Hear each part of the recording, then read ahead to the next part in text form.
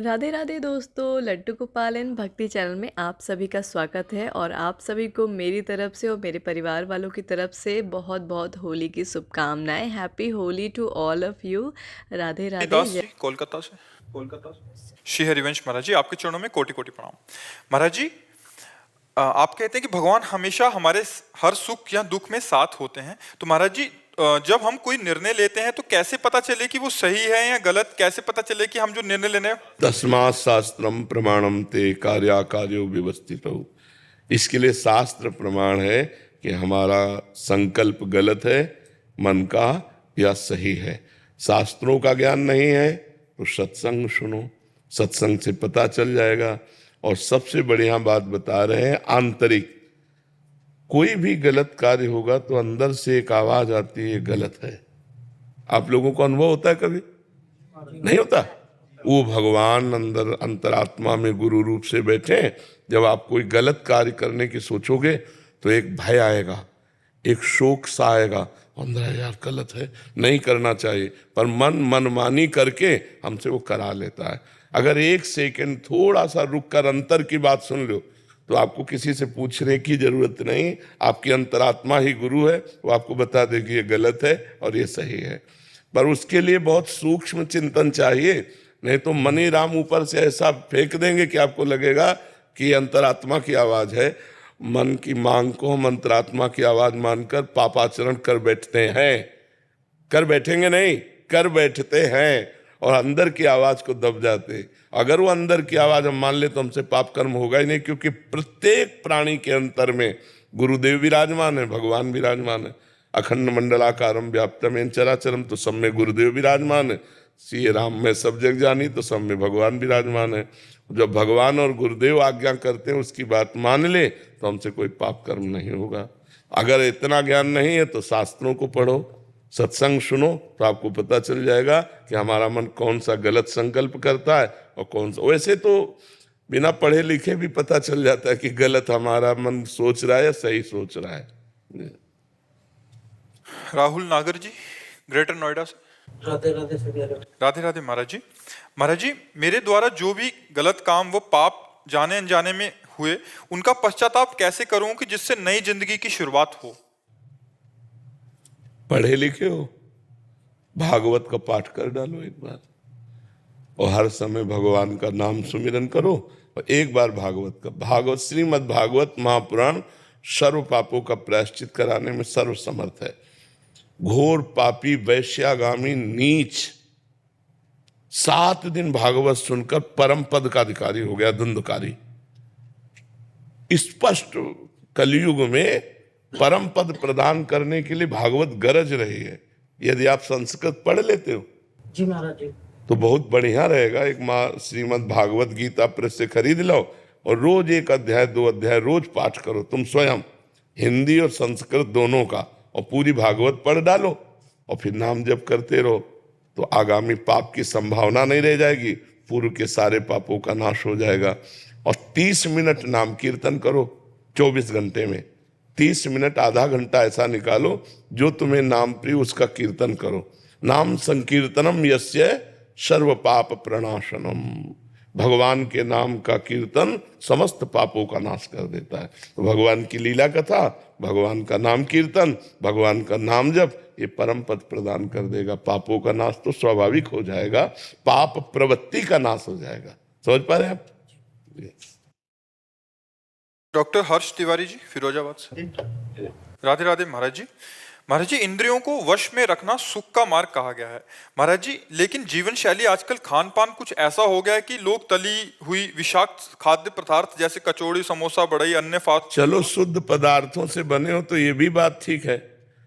पता नहीं कौन सा तेल है, कौन सा घी है, चर्बी है कि क्या है, और कई दिन का सड़ा।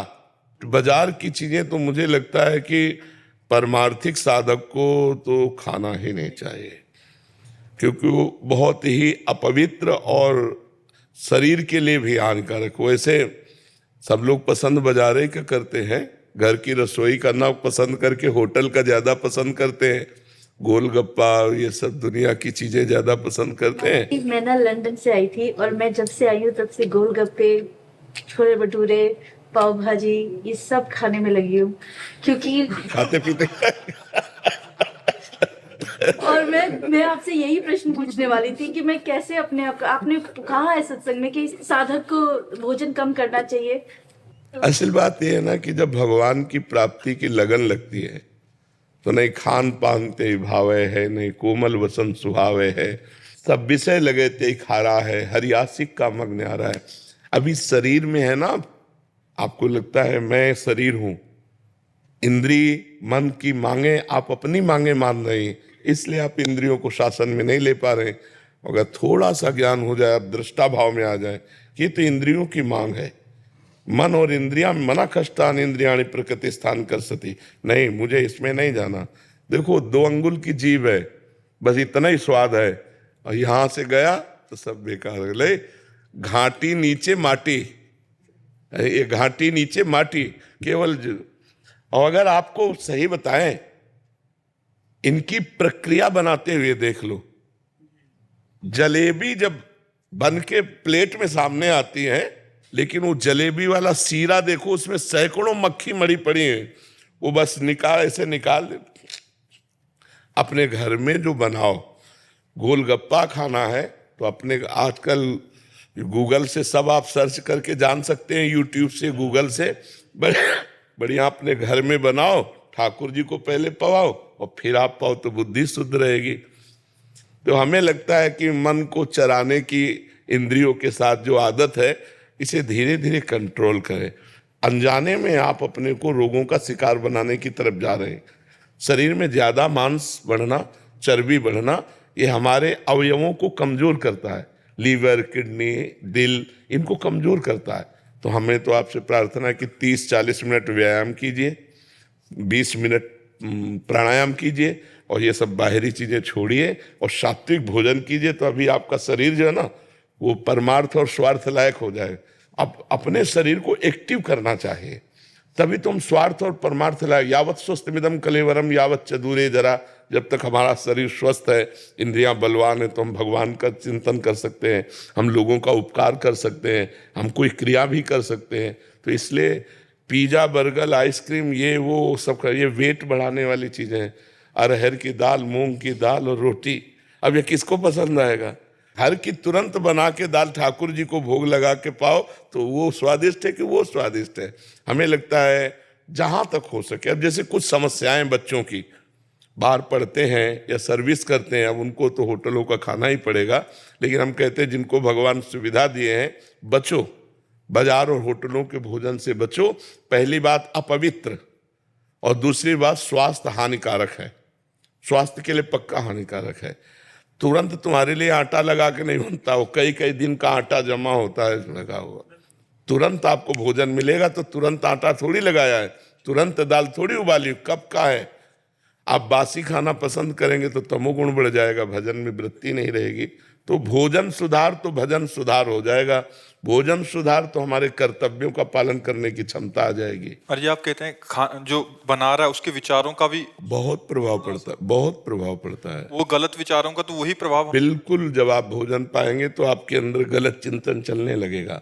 देखो जैसे कुआं है ना, कुआं का जल हमारे लिए जो पौष्टिक परमाणु चाहिए, जीवाणु चाहिए, वो मिलते थे। कुआं का पानी अब तो गया कुआं। देखो कलयुग का कैसा प्रभाव।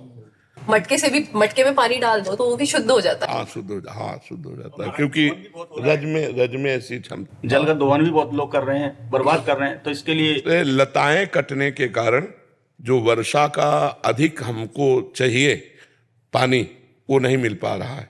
अगर लताएं, हमारे वृक्ष लगे ना, वृक्षारोपण हो, तो कार्बन डाइऑक्साइड नष्ट हो, ऑक्सीजन हमको अधिक से अधिक मिले, और उससे वायुमंडल भी शुद्ध होता है और बादल भी बनते हैं, जिससे वर्षा होती है। जहां वृक्ष अधिक होंगे वहां वर्षा अधिक होगी।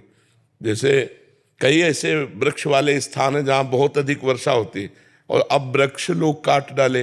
पहले तो कलयुग का प्रभाव, जो आम के बड़े बड़े पेड़ होते थे, वो सब बड़े बड़े पेड़ तो सूख गए, और ये वर्ण संकर आम चले हैं। इतना बड़ा पौधा, इतने इतने बड़े आम लगे, नहीं चले। अब ऐसे वर्ण संकर चले, जैसे विशाल वट वृक्ष है, विशाल पीपल का वृक्ष है, आम का वृक्ष है, नीम का वृक्ष है। ये हमारे प्रकृति के लिए बहुत आवश्यक है। हमें लगता है सबको एक एक वृक्ष लगाना